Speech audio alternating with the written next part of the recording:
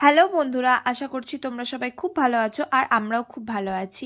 তো ভ্লগটা স্টার্ট করতে একটু দেরি হয়ে গেছিলো আমাদের। তো এখানে আমরা নাচ করতে করতে চলে যাচ্ছি ঠাকুর আনতে।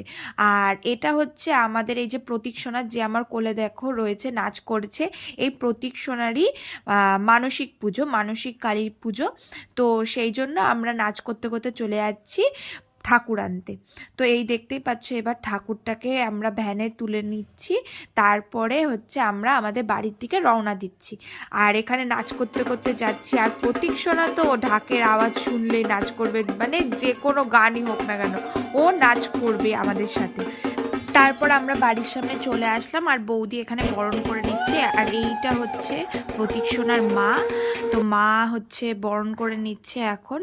তারপরে আমাদের হচ্ছে ওপরে ছাদে, যেহেতু আমাদের প্যান্ডেল করা হয়েছে, সেখানে হচ্ছে মাকে নিয়ে যাওয়া হচ্ছে।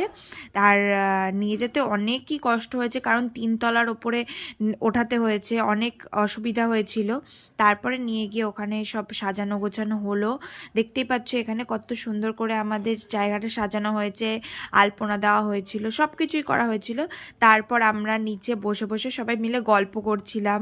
তারপরে সবাই বলছিল যে আমাদের ভিডিওগুলো কেমন হয়, সেইগুলো নিয়ে সবাই কমেন্ট করছিল।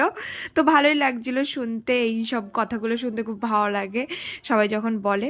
তারপরে এখানে পুজোর এখানে চলে আসলাম, পুজোর এখানে সবাই পুজোর যা যা কাজ আছে সবাই সব কিছু করছিল। তো পরের দিন ছিল আমাদের ভাসান, তো সবাই মিলে হচ্ছে বরণ করে নিল, এবার হচ্ছে ভাসান।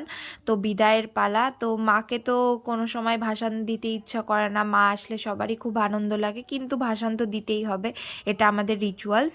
তো তারপরে সবাই মিলে আনন্দ করতে করতে মাকে ভাসান দিতে নিয়ে গেলাম। তারপরে সবাই মিলে বাড়িতে চলে আসলাম, তারপরে সবাইকে মিষ্টি মুখ করানো হলো। এইভাবেই আমাদের এই দিনটা কেটে গেছে। তো ভিডিওটা ভালো লাগলে অবশ্যই লাইক কমেন্ট শেয়ার করে দিও, আর সাবস্ক্রাইব করতে কিন্তু একদম ভুলো না। Bye bye.